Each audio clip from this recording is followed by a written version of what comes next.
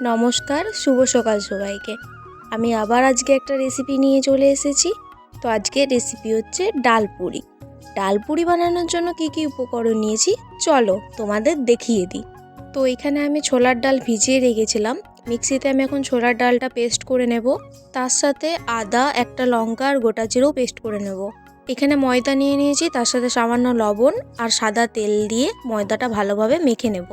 এবার কড়াইয়ে তেল দিয়ে তার মধ্যে সামান্য হিং আর করে রাখা আদা বাটাটা দিয়ে মশলাটা কিছুক্ষণ ভাজবো। মশলাটা কিছুক্ষণ ভেজে তার মধ্যে হলুদ গুঁড়ো, জিরে গুঁড়ো, ধনে গুঁড়ো, কাশ্মীরি লঙ্কা আর সামান্য জল দিয়ে মশলাটা কষাতে লাগবো। মশলাটার থেকে তেল ছেড়ে আসলে এখানে আমি ডালের বাটাটা দিয়ে দেব। ডালের বাটাটা দিয়ে তার মধ্যে সামান্য নুন দিয়ে ডালের বাটাটা কিছুক্ষণ ভাজতে হবে। তো এখানে ডালের পুর একদম রেডি। এবার এইদিকে ময়দার লুই করে আমি এক এক করে তার মধ্যে পুরগুলো ভরে নেব। ভরে বড় বড় করে পুরিগুলি বেলে নেব।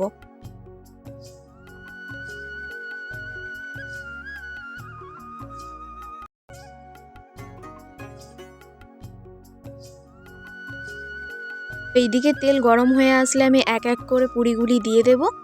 এইভাবে পুরিগুলিকে ভেজে নামিয়ে নিলেই রেডি আমাদের ডাল পুরি। তোমরাও বাড়িতে বানিয়ে দেখতে পারো এই ডাল পুরি। আর আমার ভিডিওটি যদি ভালো লেগে থাকে তাহলে অবশ্যই একটি লাইক এবং সাবস্ক্রাইব করে দিও।